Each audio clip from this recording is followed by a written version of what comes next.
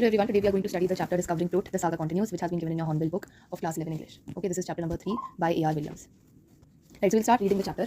He was just a teenager when he died, the last heir of a powerful family that ruled Egypt and its empire for centuries. He was laid to rest, laden with gold, and eventually forgotten. Since the discovery of his tomb in 1922, the modern world had speculated about what has happened to him, with murder being the most extreme possibility. Now, leaving his tomb for the first time in almost 80 years, Tut has undergone a CT scan that offers new clues about his life and death, and provides forensic data for an accurate forensic reconstruction of the boy pharaoh. Okay, this is like an introduction of the chapter, the crux of the whole chapter in a few lines. All right, now we are starting the story, alright? An angry wind stirred up ghostly dust evils as King Tut was taken from his resting place in the ancient Egyptian cemetery known as the Valley of the Kings. Dark-bellied clouds had scudded across the desert sky all day and now were revealing the stars in cascade grey. It was 6 p.m. on 5 January 2005. The most famous mummy glided headfirst into the CT scan, brought here to probe the lingering medical mysteries of this little understood young ruler who died more than 3,300 years ago. Right, so in this paragraph, what are we studying? Okay, this is all of what has been written here has symbolic meaning. Okay, they're setting the stage for the pharaoh's curse, which we will learn about later in the story. Alright, dark-bellied clouds, dark, grey, all of these colors are sad colors, right? And they all hold a symbolic meaning in this topic. So yes, an angry wind stirred up ghostly dust devils as King Tut was taken from his resting place in the ancient Egyptian cemetery known as the Valley of the Kings. Now the name of the cemetery is very important. Okay, the Valley of the Kings.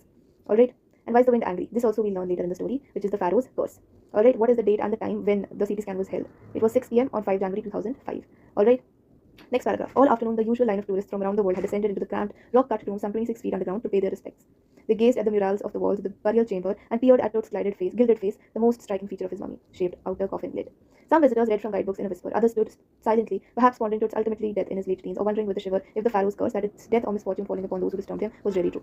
Alright. So, the very day on which CT scan was held, that day also there were so many tourists, and the tomb was about 26 feet underground. Alright. And the most striking face of the tomb was the face which had been carved in the tomb itself. Alright, that is what most people looked at. They read from guidebooks, etc., etc. And some also wondered if the pharaoh's curse was true. That was death or misfortune to anyone who disturbed or troubled him. Alright. The mummy is in a very bad condition because of what Carter did in 1920s. Okay, so the CT scan is taking place in 2005, and Zahi Hawass, who is the Secretary General of Egypt's Supreme Court of Antiquities, he says that the mummy is in a very bad condition because of what Carter did in 1920s. Alright, Carter, who is Howard Carter, was the British archaeologist who in 1922 discovered Tut's tomb after years of futile searching. Its contents, though hastily ransacked in antiquity, were surprisingly complete. They remain the richest royal collection ever found and have become the part of Pharaoh's legend. Okay, so what Carter did actually, he was searching for the tomb for quite some time, okay, many years of searching, but then he finally found the tomb in 1922. Okay, then he says that its contents, though hastily ransacked in antiquity, were surprisingly complete. This means that the contents were placed very haphazardly, okay, in very much haste. The burial was done, but still the contents which were supposed to be there, which are there, in the during the burial which are used, those were all over there. Okay, although they were hastily kept over there. Okay. Surprisingly complete. They remain the richest royal collection ever found and have become the part of the pharaoh's legend. Stunning artifacts in gold, their eternal brilliance meant to guarantee resurrection, caused a sensation at the time of the discovery and still get the most attention. But Tut was also buried with everyday things he wanted in his afterlife: board games, a bronze razor, linen undergarments, cases of food and wine. Alright, so what all was found? See, the author says that hastily ransacked in antiquity were all the things which were kept there, but were surprisingly complete. So what all was kept there? There was gold, okay, to guarantee resurrection. Resurrection is peaceful afterlife. Alright. Okay, resurrection is more of a concept which refers to a living being coming alive after death. Alright, so it's more about afterlife. Alright. And over there near the tomb, many things were placed, like gold for resurrection, and for his peaceful afterlife they also had stuff that he'd need in his everyday life, like board games, undergarments, wine, okay, cases of food, bronze razor, etc. And this is what intrigued the visitors the most. After months of carefully recording the pharaoh's funerary treasures, Carter began investigating his 3 nested coffins. Okay, so for a few months he only was searching for his funerary treasures, like the gold, the board games, and all of that. Okay, that's what archaeologists do. Okay, he was doing all of this stuff until finally he started investigating his 3 nested coffin.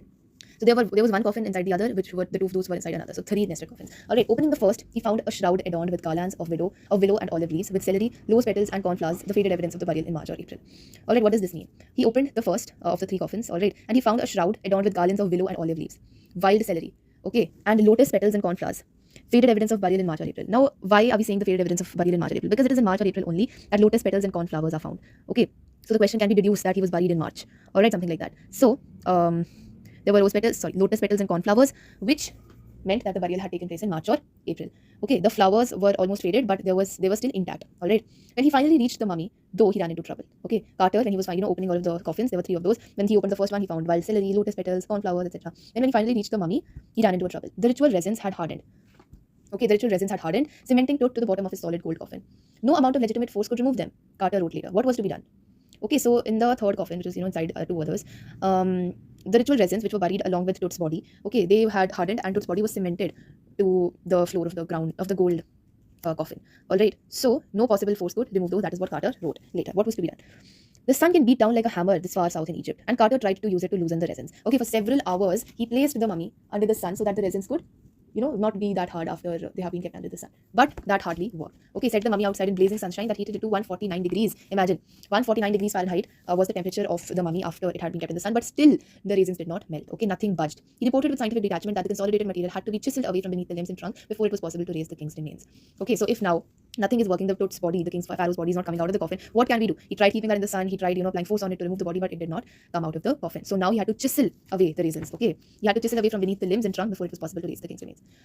Now see, this is what Zahi Hawass was talking about. The mummy is in a very bad condition because of what Carter did in the 1920s. Carter chiseled away from beneath the limbs, right? So the body is now in a very terrible condition. All right, but in his defense, Carter really had little choice. If he hadn't cut the mummy free, thieves would most certainly would have circumvented or deceived the guards and ripped it apart to remove the gold. All right, so see, Tut was buried with a lot of gold. Okay, and had Carter not cut down the mummy, the thieves would most certainly have deceived the guards and then taken away all the gold and broken the mummy down, and nothing would be found after that. Okay, in Tut's time, the royals were fabulously wealthy, and they thought or hoped they could take their riches with them. For his journey to the great beyond, King Tut was lavished with glittering gold. Okay, glittering goods, precious collars, inlaid necklaces and bracelets, rings, amulets, a ceremonial apron, sandals, sheets for his fingers and toes, and the now iconic inner coffin and mask, all of pure gold. Okay, to separate Tut from his adornments, Carter's men removed the mummy's head and severed nearly every major joint. Okay, he damaged nearly every major joint. He chiseled away nearly every major joint. Once they had finished, they reassembled the remains on a layer of sand in a wooden box with padding that concealed the damage and the bed where Tut now rests. Fine, so let's read again. The reason Carter chiseled away everything was that thieves would most certainly come and deceive the guards and take away the gold and ruin the mummy anyways. So he had to chisel away everything. But now, like the King Tut and other such kings, pharaohs believed that they could take their wealth with them. All right, so the King Tut was buried with all sorts of nice things.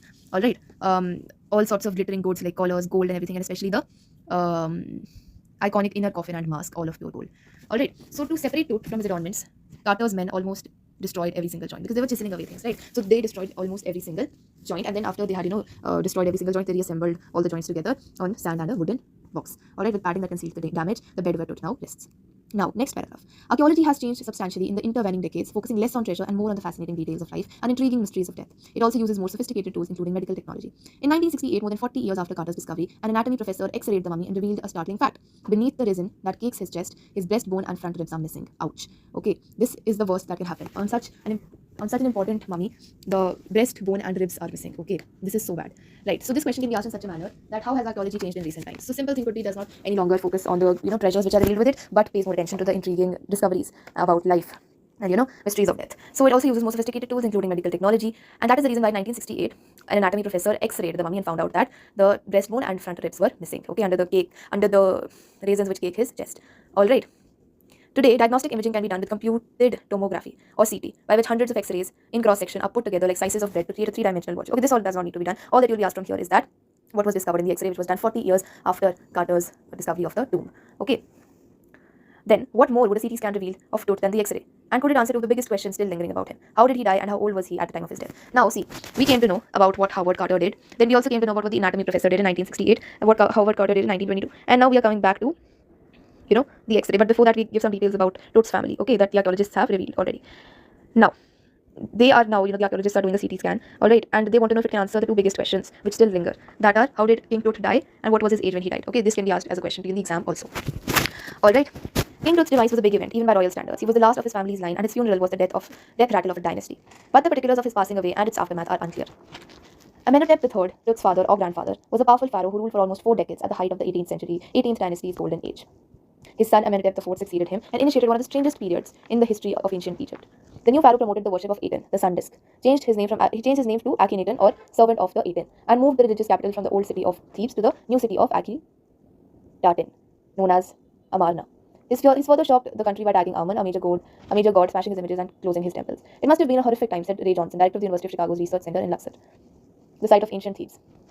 The family that had ruled for centuries was coming to an end, and then Akhenaten was a little wacky. Alright, now let us revise what we have done. See, Amenhotep III was Tut's father or grandfather. Okay, he was a powerful pharaoh who ruled for almost 4 decades at the height of the 18th dynasty's golden age. Alright, so first we had Amenhotep III, then after that we had Amenhotep IV, who renamed himself to Akhenaten. Yes. And what changes did he bring? The god whom the Egyptians worship, he changed that from Amun to Aten, the sun disk. Okay. Sorry, Amun to Aten. Then he also changed the religious capital from the old city of Thebes to the new city of Akhetaten, alright, which is now known as Amarna. And then he also attacked the major god, Amun, by smashing his images and closing his temples. Okay, so first we had Amenhotep III, who was a very good ruler. He ruled during the golden age, the 18th dynasty's golden age. Then we had Amenhotep IV, who was very wacky. Okay, he was, I don't know what even he did, alright. He changed his name from Amenhotep IV to Akhenaten, servant of the Aten. changed the major god from Amun to Aten, attacked the old city of Thebes to, change the religious capital from Thebes to Akhenaten. Alright, and he also attacked the major god Amun by smashing his images and closing down his temples. Alright, after Akhenaten's death, a mysterious ruler named Smenkhkare appeared briefly and exited with hardly a trace. Alright, so we had Smenkhkare, alright, after Akhenaten. And after Smenkhkare, there was a very young Tutankhaten took the throne. King Tut, as is widely known today. The boy king soon changed his name from Tutankhaten to Tutankhamun. Okay, living image of Amun, and oversaw restoration of the old way. So this is one good thing that he did, which his father did not. Okay, he reigned for about 9 years and then died unexpectedly. So first we had Amenhotep III, then Amenhotep IV, who was very wacky. He changed the capital city, his name, he attacked Amun, then he also changed the major god. Then we had Semenkhkare, and he was very there for a very brief time, and then we had Tutankhamun, or first we had Tutankhaten, who changed his name to Tutankhamun, living image of God, living image of Amun, and that was great because he restored the old face. Okay, and then he reigned for about 9 years and then died unexpectedly. Regardless of his fame and speculations about his fate, Tut was one mummy among many in Egypt. How many? No one knows. The Egyptian Mummy Project, which began an inventory in late 2003, has recorded almost 600 so far and still counting. Okay, the next phase, scanning the mummies, was with the portable CT machine donated by the National Geographic Society and Siemens, its manufacturer. King Tut is one of the first mummies to be scanned in death as in life, moving legally ahead of his countrymen. Now, what is this paragraph trying to tell us? Okay, see, Tutankhamun's mummy was only one of so many mummies found in Egypt. Okay, the Egyptian Mummy Project had recorded about 600 mummies so far, and they were still counting. The next phase of scanning the mummies with a portable CV machine donated by National Geographic Society and Siemens. See now, this next line is very important. King Tut is one of the first mummies to be scanned in death as in life, moving legally ahead of his countrymen. How was he in life legally ahead of his countrymen? Okay, he is the most famed mummy of all times. Okay, but that is in his death. In his life, he was one of the youngest, yet the most successful. Okay, and he died early, and people want to know why he died. Okay, how he died. All right, he's the most famed in his death. And now when the CT scan was done, he was the first to be scanned. So he is still ahead of his countrymen in his death as he was in his life, and he was young, but still doing better than so many others. Okay, so this is what this line means. King Tut is one of the first mummies to be scanned in death as in life, moving legally ahead of his countrymen. A CT machine scanned the mummy head to toe, creating 1,700 digital X-ray images in cross-section. Okay, so we understood the previous paragraph that Egyptian Mummy Project had recorded 600, but Tutankhamun was the most popular. Okay, was the most famed. All right, then a CT machine scanned the mummy. Now, we got to know that first there was Howard Carter, then there was an anatomy professor who did the X-ray, and now we have the CT scan. Achha, who was that person who said that the mummy is in a very poor condition because of what Howard Carter did? He was Zahi Hawass. Okay, and the CT scan is being done in 2005. All right. So the CT scan scanned the mummy from head to toe, creating 1,700 digital X-ray images in cross-section. Okay, Tut's head scanned in 0.62 mm sizes to register its intricate structures takes on an eerie detail in the resulting image. Okay, so the whole mummy was scanned. It gave 1,700 digital images, and King Tut's head was scanned 0.62 mm so that it could have all the intricate structures of its head. All right, and that took really eerie detail in the resulting image. When King Tut's entire body similarly recorded, a team of specialists in radiology, forensics, and anatomy began to probe the secrets of the winged goddesses of the gilded burial shrine protected for so long. Okay. So winged goddesses is a reference to the inner coffin. Okay, we had winged goddesses inside the inner coffin drawn over there. Okay, and so specialists in radiology, forensics, and anatomy began to probe its secrets. Okay, not the secrets of the winged goddesses, but of the thing that the winged goddesses had protected for so long. That was the mummy of the King Tut. Okay, the night of the scan, workmen carried Tut from the tomb in his box. Like pallbearers, they climbed a ramp and a flight of stairs into the swirling sand outside, then rose on a hydraulic lift into the trailer that held the scanner. 20 minutes later, two men emerged, sprinted for an office nearby, and returned with a pair of white plastic fans. The $1 million scanner had to quit because of the sand in a cooler fan. Curse of the Pharaoh, joked a guard nervously. Now, this paragraph is very hard to understand, okay? Even I sometimes don't understand it. So now, see, they're carrying out the scans. This paragraph tells us how exactly the scan was done. So the night of the scan, workmen carried Tut from the tomb in his box, okay? So they carried Tut from the tomb in his box. Alright, like pallbearers, they climbed a ramp and a flight of stairs into the swirling sand outside. Now this is just to set the scene of his scan, okay? Nothing more. It's just exaggerating how they, like pallbearers, they climbed the stairs and into the swirling sand outside, then rose on a hydraulic lift into the trailer that held the scanner. Alright, so this is just setting the scene. 20 minutes later, 20 minutes after, they had as pallbearers climbed the stairs and put that mummy from, which they had carried from his tomb in his box to the CT scanning machine. 20 minutes later, two men came from there and sprinted to an office nearby and returned with a pair of white plastic fans. Alright, so why did they return with the white plastic fans? Because the $1 million scanner had quit because of sand in a cooler fan.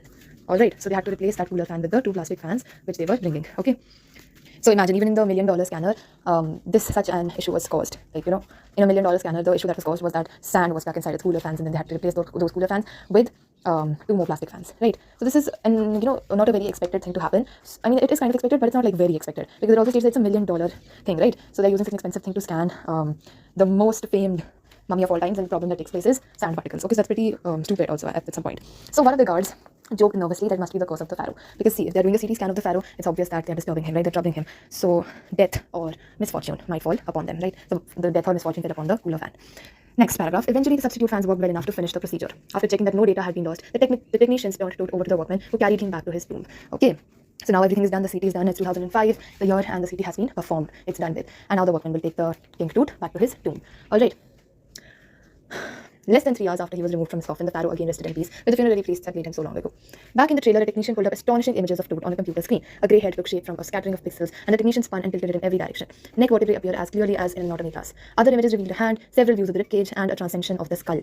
But for now, the pressure was off. Okay, see, they were doing this for the most famed mummy, the most precious mummy, a CT scan, right? So there was a lot of pressure, but now when it's all done and the king in less than 3 hours out of his tomb, he's resting again over there in peace, everything is done, so the pressure is off. Alright, sitting back in his chair, Zaki Hawass smiled, visibly relieved that nothing had gone seriously wrong. I didn't sleep last night, not for a second, he said. I was so worried, but now I think I will go and sleep. Alright, so everything has been done, all good stuff is over, okay, and now they can make, view all of the images that have been generated as the result of the CT scan. So what all has been generated as a result of the CT scan? Let us read again. A grey head, alright. Right, so a grey head, neck vertebrae, a hand, several views of the ribcage, and transcension of the skull. So 5 things have been generated. Alright. Important this is, keep in mind. A grey head, hand, several views of the ribcage, transcension of the skull and the neck vertebrae. Alright, and Zaki Hawass is finally happy that everything has been done and now he can finally get to bed. By the time we left the trailer, descending metal stairs to the sandy ground, the wind had stopped. Okay.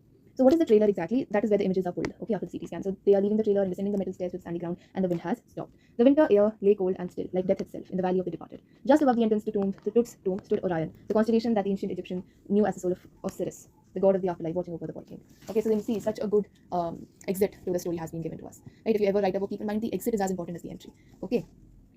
So by the time the author, who's the author exactly? Did I tell you the name of the author? I think I did not. The name of the author is A.R. Williams. Okay, learn this. Keep this in mind. This is very, very important. The name of the author of Discovering Tut, the saga continues, is A.R. Williams. Alright, and by the time they were leaving the, the trailer, they were descending the metal stairs, and there was a very cold air lay on the sand. Okay, like death itself. And they were in the valley of the departed also, right? So all of this.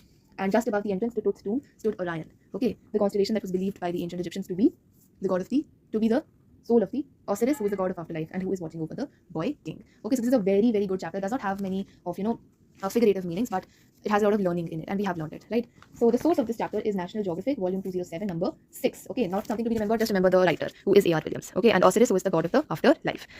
I think that's it with the chapter. Yes. And just remember that, all of this that has been written, the winter air lay cold and still like death itself. The beginning and the ending of the chapter both are symbolic, very symbolic. So just keep that in mind. And I think the rest of all has been completed. Yes, we are done with the theory of the chapter. Now I can give you a few questions. Give reasons. King Tut's body was subjected to repeated scrutiny. Number 2, give reason Howard Carter's investigation was resented.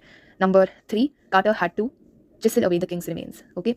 Number 4, give reason as to Tut's body was buried along with gilded treasures. 5th, the boy king renamed himself from Tutankhaten to Tutankhamun. Okay. The second one is list the deeds which were, which led to Akhenaten or Amenhotep IV to be called a Baki. What were the results of the CT scan? List the improvement, okay, in archaeological analysis. And King Tut is one of, he is one out of the 600 and counting